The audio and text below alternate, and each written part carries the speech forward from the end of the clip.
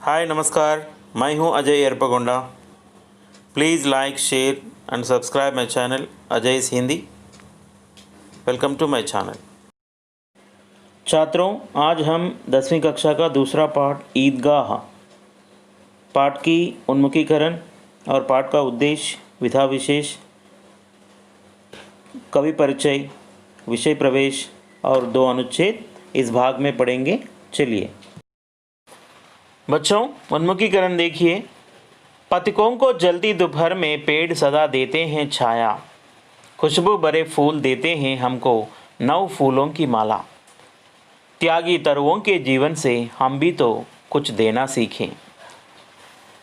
इसका अर्थ है, पथिकों को जल्दी दोपहर में पेड़ सदा देते हैं छाया। रास्ते पर चलने वाले धूप में उस राहगीर को, पथिक को क्या देती है? पेड़ ఛాయ देती है। ఆ దారి వెంట నడుచుకుంటూ వెళ్ళేటువంటి బాటసారికి చెట్టు ఎండ బాగా ఉన్నప్పుడు నీడనిస్తుంది। और उसी तरह खुशबू भरे फूल देते हैं हमको 9 फूलों की माला। खुशबू भरे फूल, మంచి సుగంధభరితమైనటువంటి పువ్వులు क्या देती हैं? एक 9 फूलों की माला। माला बनाने के लिए हमें फूल देते हैं, सुगंधित फूल। त्यागी तरुओं के जीवन से हम भी तो कुछ देना सीखें। हमें पेड़, तरु मनी पेड़, चट्टू यानी पेड़ों के जीवन से हमें कुछ संदेश मिलता है कि हम भी तो कुछ देना सीखें। पेड़ हम बिना और किसी वजह से हमें पेड़ छाया देती है, पत्ते देती है, हवा देती है, फल देता है, सब देता है। और उसी तरह हम भी कुछ देना सीखना चाहिए, यानी दूसरों को भी हो या समाज को। అంటే మనం కూడా త్యాగమయమైనటువంటి చెట్లు మనకు వాటి జీవితం వల్ల మనకు తెలిసేది ఏంటంటే, మనం కూడా సమాజానికి కానీ ఇతరులకు ఏదైనా ఇవ్వాలనేటువంటి ఒక సందేశం ఈ యొక్క కవిత ద్వారా, ఈ చిన్ని కవిత ద్వారా మనకు తెలుస్తుంది। अब छात्रों, इस कविता से संबंधित 3 प्रश्न इस तरह हैं। इन प्रश्नों का उत्तर देने की कोशिश करें। पथिकों को जल्दी दोपहर में सुख व आराम किससे मिलता है? यानी राहगीरों को जल्दी दोपहर में सुख या आराम किससे मिलता है? हाँ, सही बताया। सुख व आराम पथिक को पेड़ों से मिलता है। किससे मिलता है? पेड़ों से मिलता है। और दूसरा प्रश्न, खुशबू भरे फूल हमें क्या देते हैं? हाँ, सही बताया। खुशबू भरे फूल हमें क्या देते हैं? हाँ, माला देते हैं, 9 फूलों की माला देते हैं। और तीसरा प्रश्न है, हम भी तो कुछ देना सीखें, और कवि ने ऐसा क्यों कहा होगा? कवि ने इस कविता में कहा है कि हम भी तो कुछ देना सीखें, మనం కూడా ఎంతో కొంత ఇవ్వడం నేర్చుకోవాలి। మరి కవి ఈ విధంగా ఎందుకు అన్నాడు కావచ్చు? क्योंकि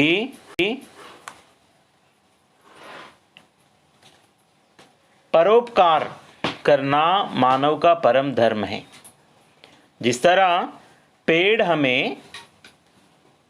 क्या देती है? अपना सब कुछ दान में देती है। और उसी तरह हम भी तो मनुष्य हैं, और इसके वजह से हम भी पेड़ों को देखकर हम हमारे दिल में मानवता की भावना बढ़ानी चाहिए। इसीलिए हम भी, या गरीब हो या कुछ ज़रूरतमंद लोग हमारे घर के सामने आए तो उनको मदद करने के लिए हम आगे बढ़ना चाहिए। అంటే మనం కూడా కొంత pay back to the society, తిరిగి ఇవ్వాలి సమాజానికి। మనం సమాజం ద్వారా, ఈ దేశం ద్వారా మనం ఎంతో కొంత బాగుపడ్డప్పుడు ఆ దేశానికి మనం కూడా ఎంతో కొంత తిరిగి చెల్లించడం అనేది, అదేవిధంగా మనిషి కావచ్చు, సమాజం కావచ్చు, దేశం కావచ్చు, మనం కూడా ఇవ్వడం అనేది నేర్చుకోవాలి। తీసుకోవడమే కాదు, ఇవ్వడం కూడా నేర్చుకోవాలి। छात्रों, इस पाठ का उद्देश्य है कहानी विधा से परिचित कराना। छात्रों में कहानी लेखन कला का विकास करना, उनमें त्याग, सद्भाव व विवेक जैसे संवेदनशील, कर्तव्य बोध संबंधी गुणों का विकास करना। क्या है इस पाठ का उद्देश्य? यानी बच्चों को कहानी विधा कैसी होती है छात्रों को परिचित कराना और उसके साथ साथ कहानी लिखने की प्रेरणा देना और लेखन कला का विकास करना और छात्रों में त्याग भावना बढ़ाना और सद्भाव सबसे यानी अच्छी तरह व्यवहार करने की उस तरह की भाव को उनमें बढ़ाने की कोशिश करना और विवेक जैसे संवेदनशील यानी कई तरह की जो संवेदनाएं होती हैं और उन सब का विकास करना और अपना कर्तव्य बोध कराना इसके संबंधित आदि गुणों का विकास करना इस पाठ का मुख्य उद्देश्य है। इस पाठ का विधा विशेष है कहानी विधा है। कहानी का अर्थ क्या है? कहानी शब्द कह धातु के साथ आनी कृत प्रत्यय जोड़ने से बना है। कहानी का अर्थ क्या है? कहा और आनी ये दो धातुओं से बना एक प्रत्यय कह शब्द को एक आनी प्रत्यय जोड़ने से कहानी बनी है। और कह का आशय कहना से है। कह का आशय क्या है? अर्थ क्या है? कहना यानी चेपुटा।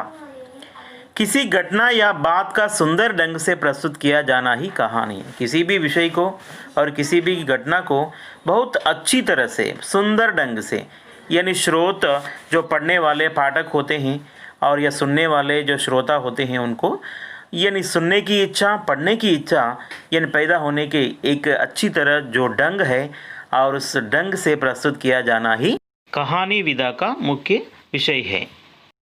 चलिए दोस्तों, आज हम एक कहानी पढ़ेंगे ईदगाह कहानी के बारे में पढ़ेंगे और इसका लेखक है मुंशी प्रेमचंद जी। छात्रों, मुंशी प्रेमचंद जी का परिचय।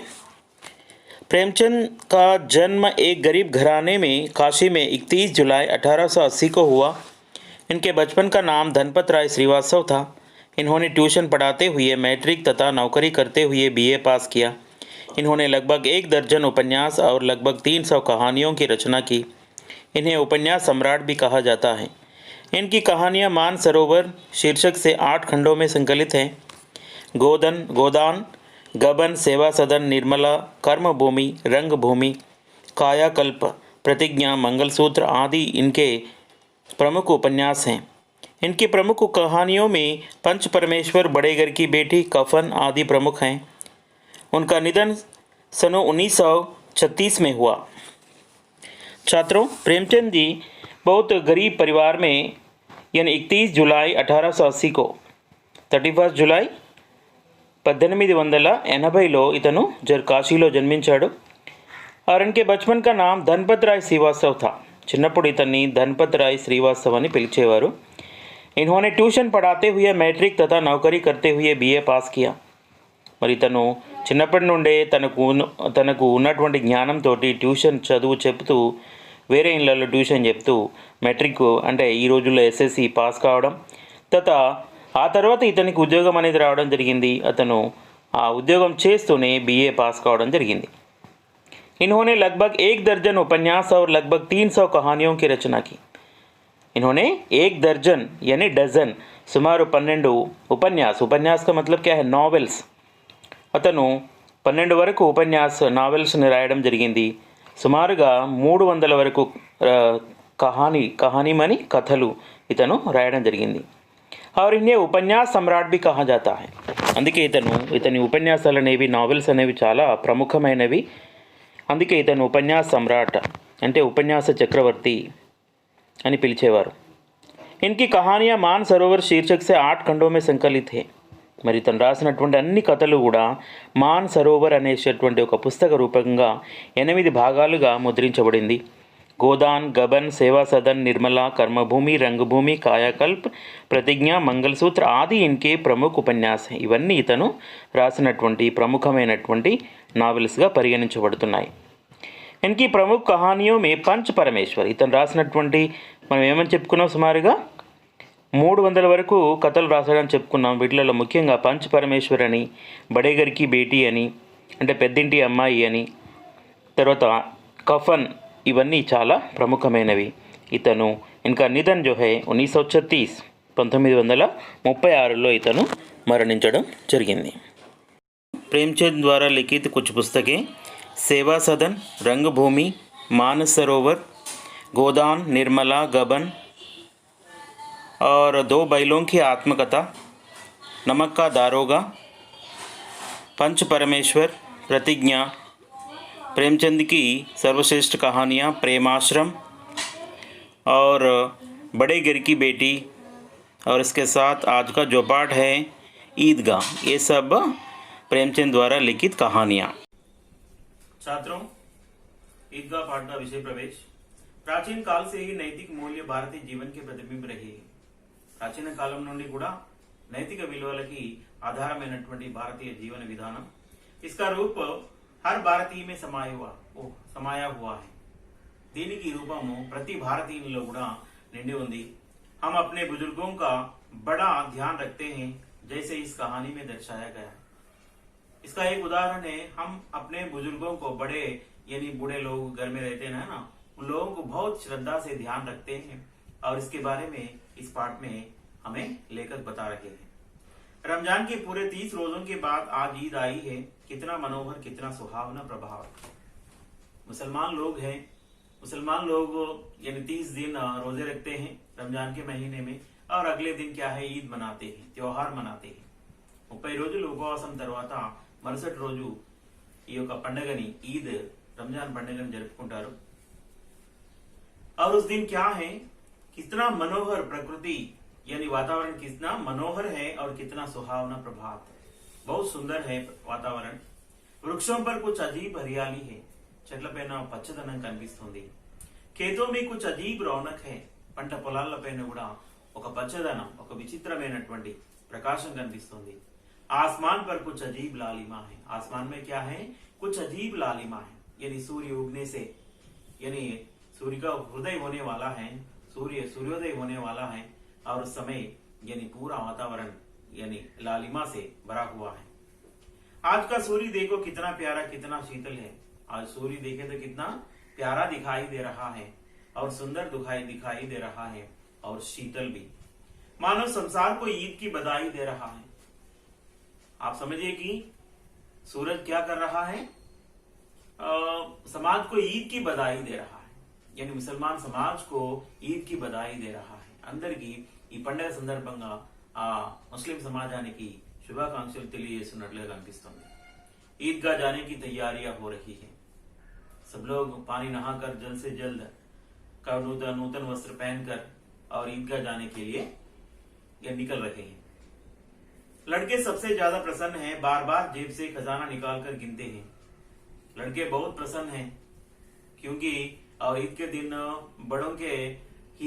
बड़े लोग ही उन लोगों से ज्यादा, बड़े लोगों से ज्यादा और बच्चे ज्यादा प्रसन्न होते हैं और उनके पास जो भी पैसे हैं जेब से निकाल कर बार बार गिन रहे हैं। डबल 30 लेकर పెట్టుకుంటున్నారు।